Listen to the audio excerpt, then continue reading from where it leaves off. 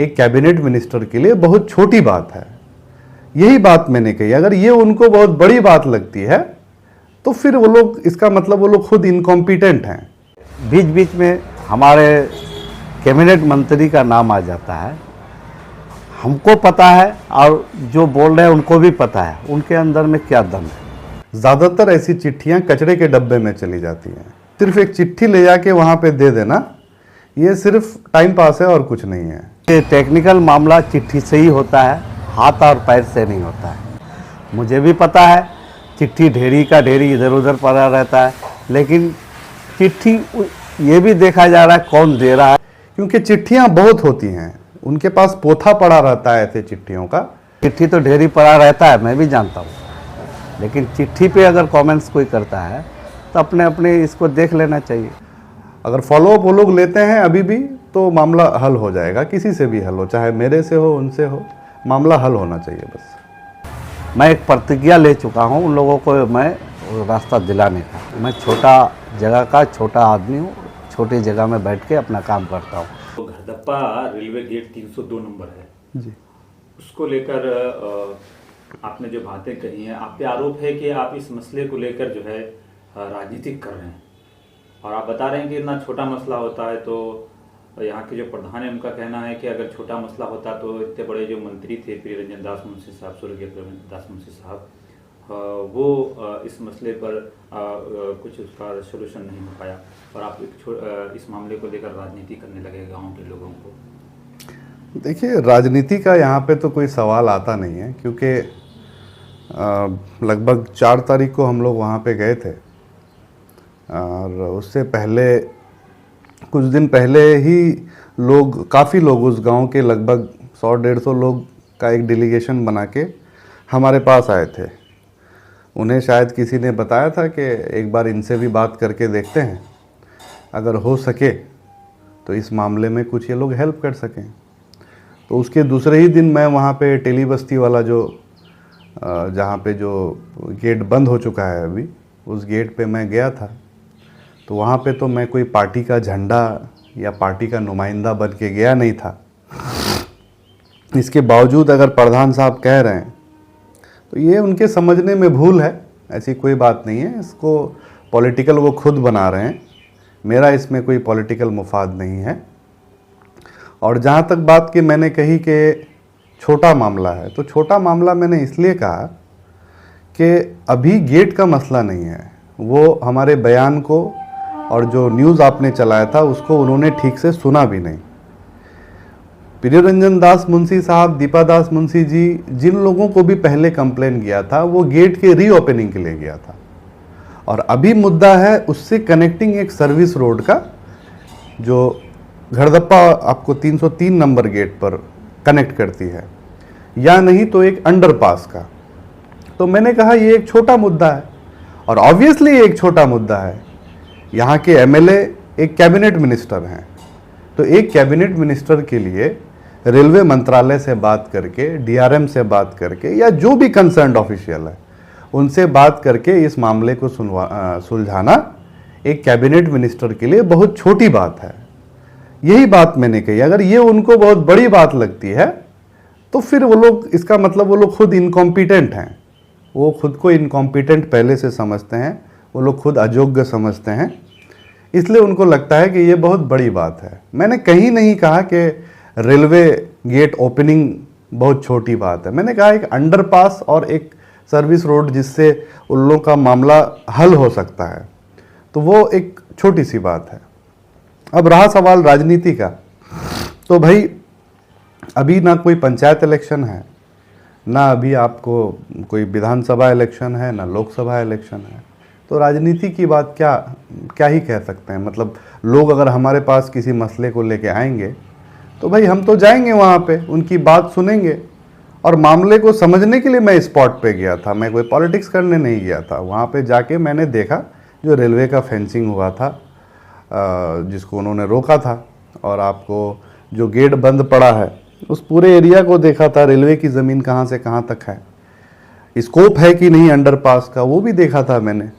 इस वजह से मैं वहाँ गया था। अच्छा, आप सिर्फ देखे ही कि उसके आगे भी कुछ किए हैं? क्योंकि आपने कहा था कि यहाँ के प्रधान ने यहाँ के मिनिस्टर या कुछ नहीं कर रहे हैं। उन्होंने 15 तारीख को उनके पास लोग जाते हैं और 20 तारीख को वो लोग खुद यहाँ से चलकर कटिहार 25 तारीख को 20 तारीख को वो लोग जाते हैं, वहाँ पे एक लेटर दे के आते हैं डीआरएम से, वहाँ के कंसल्ट ऑफिसर से मिल के आते हैं, और आप कहते हैं कि कुछ नहीं किया है। ये फिर किस तरह का आरोप है? देखिए, मैंने इसलिए कहा कि कुछ नहीं किया है, सिर्फ चिट्ठी देना सॉल्यूशन नहीं होता है। ज़्यादातर ऐसी चिट्ठियाँ कचरे के डब्बे में चली जाती हैं। ठीक है, इतना तजुर्बा मुझे भी है। एक चिट्ठी देने से अगर मामला सॉल्व हो जाता तो रेलवे की टीम आकर अब तक इसका इंस्पेक्शन शुरू कर देता और यहाँ के प्रधान से कंसल्ट करके इसके सॉल्यूशन पे बात भी शुरू हो जाती। क्या ऐसा अभी तक हुआ है? नहीं हुआ है अभी तक ऐसा। तो मैंने यही कहा कि भाई जब चिट्ठी आपने दिया, जाके एक डेलीगेशन बना के आप लोग डीआरएम के पास भी गए, तो उसका फॉलो अप लीजिए ना। साथ ही साथ देखिए, चिट्ठी की कॉपी भी मेरे पास है। उस चिट्ठी में इन्होंने डिस्ट्रिक्ट मजिस्ट्रेट, एसडीओ, बीडीओ, उसके बाद यहाँ के मंत्री गुलाम रब्बानी साहब, जीआरपीएफ के इंचार्ज और कितने लोगों को कॉपी किया है। तो इन लोगों से भी फॉलो अप लेना चाहिए था। गांव वालों के पास तो कोई अपडेट है नहीं। मैंने उनसे पूछा कि इस मामले से रिगार्डिंग क्या अपडेट है, तो उन्होंने कहा नहीं, हमारे पास कोई अपडेट नहीं है। तो भाई कोई अपडेट नहीं है अगर, तो सिर्फ एक चिट्ठी ले जाके वहाँ पे दे देना, ये सिर्फ टाइम पास है और कुछ नहीं है। सर, आप कह रहे हैं कि टाइम पास है, कुछ नहीं है, तो आप जो वहाँ गए थे उन लोगों से मिलने के लिए, आपने अब तक क्या किया सर? बिल्कुल, आपके पास क्या अपडेट है? देखिए, उनके बाद जो चिट्ठी उन्होंने दिया था उसी को लेकर मैंने 3 चिट्ठी किया। ठीक है, और क्योंकि मैं खुद कह रहा हूँ कि सिर्फ चिट्ठी करना सॉल्यूशन नहीं है, मैंने 3 चिट्ठी किया। एक आपको किया यहाँ के डीआरएम को, ठीक है, और एक आपको किया हमारे रेलवे मंत्री को, ठीक है, और एक हमारे जो यहाँ के पांजीपरा के लोकल स्टेशन मास्टर हैं उनको भी किया। उनको चिट्ठी करने के बाद मैंने डीआरएम से, ऑनरेबल रेलवे मिनिस्टर के पर्सनल सेक्रेटरी से, इन लोगों से मैंने पर्सनली बात किया और मैंने कहा कि एक डेडलाइन आप लोग दीजिए, क्योंकि ग्रामीणों में गुस्सा बहुत है इस मामले को लेके, क्योंकि वो लोग परेशान हैं इस मामले को लेके। आप ही के वीडियो में एक कुछ हमारी महिलाओं ने बयान दिया था कि एक डिलीवरी का पेशेंट हो जाता है तो भाई ले जाना एकदम मुश्किल हो जाता है, कैसे लेके जाएं। ठीक है, आसपास से जो अल्टरनेट रूट है वो सब रोड भी बना हुआ नहीं है। बरसात की वजह से इतना कीचड़ है कि सच में अगर ऐसा कोई मामला हो जाए तो एक दुर्घटना घट जाएगी। तो मैंने फ़िलहाल इन लोगों को एक डेडलाइन दिया है। देखिए, कल ईद है, ईद के बाद मैं खुद दिल्ली भी जा रहा हूँ 11 तारीख को, और इस मामले को मैंने हमारे किशनगंज के सांसद डॉक्टर जावेद साहब को भी दिया है। उन्होंने भी मामले को संज्ञान में लिया है और उन्होंने कहा है कि वो पर्सनली रेलवे मंत्री से बात करके इस मामले का सॉल्यूशन ढूंढेंगे। तो मेरे कहने का मतलब है कि आप लोगों ने चिट्ठी किया, प्रधान साहब ने चिट्ठी किया, बहुत अच्छा किया भाई, आप लोगों को लेके गए, लेकिन इसको टैकल भी करना पड़ेगा, फॉलो अप भी करना पड़ेगा और अपडेट भी देना होगा कि भाई क्या डेवलपमेंट है इस काम में अभी तक। क्योंकि चिट्ठियां बहुत होती हैं, उनके पास पोथा पड़ा रहता है ऐसे चिट्ठियों का, है ना। एक कहावत है ना कि आपको क्या कहते हैं कि एक माँ भी अपने बच्चे को तब तक दूध नहीं देती है जब तक बच्चा रोता नहीं है। तो इस मामले का फॉलो अप उनको लेना चाहिए। अगर फॉलो अप वो लोग लेते हैं अभी भी तो मामला हल हो जाएगा, किसी से भी हल हो, चाहे मेरे से हो, उनसे हो, मामला हल होना चाहिए बस। था रेलवे गेट की वजह से, उस रेलवे गेट में मैं देख रहा हूँ जो फिर इधर उधर की बात की जा रही है। हम लोग ज़्यादा बाइट देने नहीं जा रहे हैं, ज़रूरत पड़ जाता तो आ जाते हैं। तो कौन क्या कर रहा है, क्या कहाँ जाने चाहता है, कहाँ जाएगा, कहाँ रहेगा, किससे मिलेगा, किसको क्या खबर करेगा, उससे हम लोगों को कोई लेना देना नहीं है। हमारा काम है हमारे पांजीपुरा अंचल के उस वार्ड के तेली बस्ती और उसके आसपास के जितने गांव वाले को, उन लोगों का जो एक रास्ता का जायज़ डिमांड है उसको कैसे मैं दिलाऊं, दिलाने का कोशिश करूंगा। और सर अभी अब तक कोई अपडेट है कि आगे क्या क्या अपडेट हुआ? देखिए, आज से 15 दिन पहले तो हम लोग दिए ही हैं। हाँ। और हम लोग जानते हैं ये सब प्रोसेस का मामला रहता है, साथ साथ कुछ काम होता नहीं है, प्रोसेस में है। मैं अपने संज्ञान में, मेरे संज्ञान में वो है। मैं तो अब मीडिया में आके बताऊंगा नहीं जो मेरे साथ क्या बातचीत हो रहा है, मेरे संज्ञान में है, प्रोसेस चल रहा है। जहाँ तक चिट्ठी देने की बात है तो मेरे ख्याल से ये टेक्निकल मामला चिट्ठी से ही होता है, हाथ और पैर से नहीं होता है, बातों से भी नहीं होता है, चिट्ठी दिया जाता है। मुझे भी पता है चिट्ठी ढेरी का ढेरी इधर उधर पड़ा रहता है, लेकिन चिट्ठी ये भी देखा जा रहा है कौन दे रहा है कौन नहीं दे रहा है। आदमी का वादा, आदमी का वज़न, आदमी का ये देख के चिट्ठी को भी पढ़ा जाता है। ऐसे चिट्ठी तो ढेरी पड़ा रहता है, मैं भी जानता हूँ, लेकिन चिट्ठी पे अगर कमेंट्स कोई करता है तो अपने अपने इसको देख लेना चाहिए। तो चिट्ठी ये सब ऑफिशियल मामला चिट्ठी पे ही होगा।